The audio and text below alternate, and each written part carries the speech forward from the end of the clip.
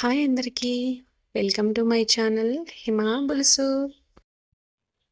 మంగళగౌరి నోము నోచుకుంటున్నానండి ఇవాళ. శ్రావణ మాసంలో వచ్చే మంగళవారాలన్నీ కూడా మంగళగౌరి నోము నోచుకోవచ్చు. ఇది తొలి మంగళవారం కాబట్టి నేను ఇవాళ స్టార్ట్ చేశాను.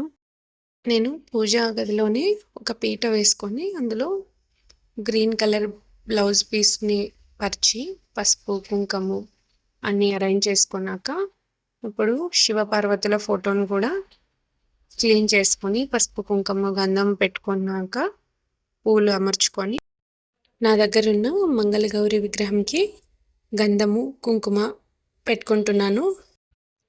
అలాగే పసుపు గణపతిని గౌరమ్మని కూడా తయారు చేసుకుంటున్నాను.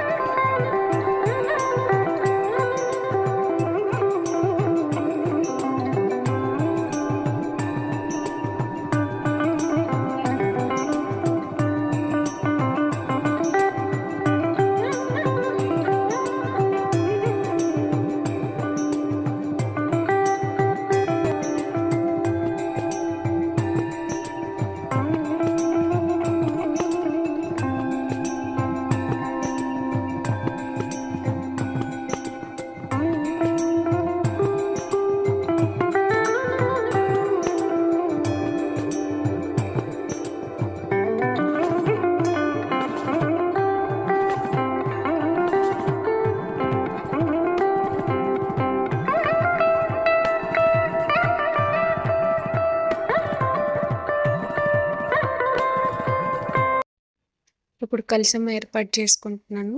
కలశంని ఏర్పాటు చేసుకున్నాక ఇటువైపు అటువైపు తమలపాకుల్ని ఒక రెండింటిని తీసుకొని ఇటువైపు రెండు అటువైపు రెండింటిని తీసుకొని ఒక కొబ్బరి గిన్నెలు తీసుకుంటున్నాను.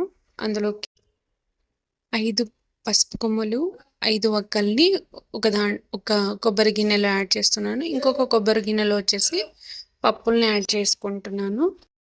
మామూలుగా కలశం అంటే ఒక 5 తమలపాకుల్ని ఏర్పాటు చేసుకుంటారు కదా. నాకు ఇక్కడ 3 మాత్రమే ఉన్నాయి. సో నేను అందుకే అలాగనే పెట్టేశాను.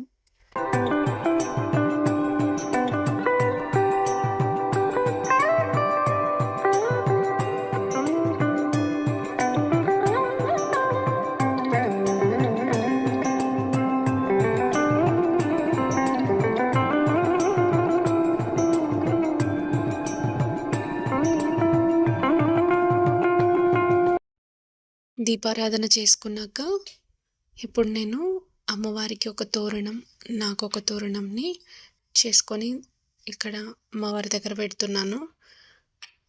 ఈ దీపాలు ఏంటంటే పప్పులు, బెల్లము, నెయ్యి, పాలు కలిపి చేసిన దీపాలండి.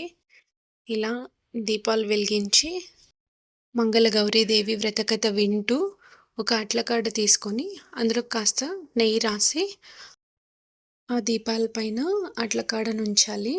అప్పుడు కాటుక అనేది మనకు వస్తుంది. కాస్త నెయ్యి మళ్ళీ ఒకసారి చేతికి అనుకొని ఆ కాటుకొని కళ్ళకి రాసుకుంటే చాలా మంచిదండి. నాకు తెలిసినంతలో, నా దగ్గర ఉన్నంతలో నేను ఈ వ్రతాన్ని చేసుకున్నానండి.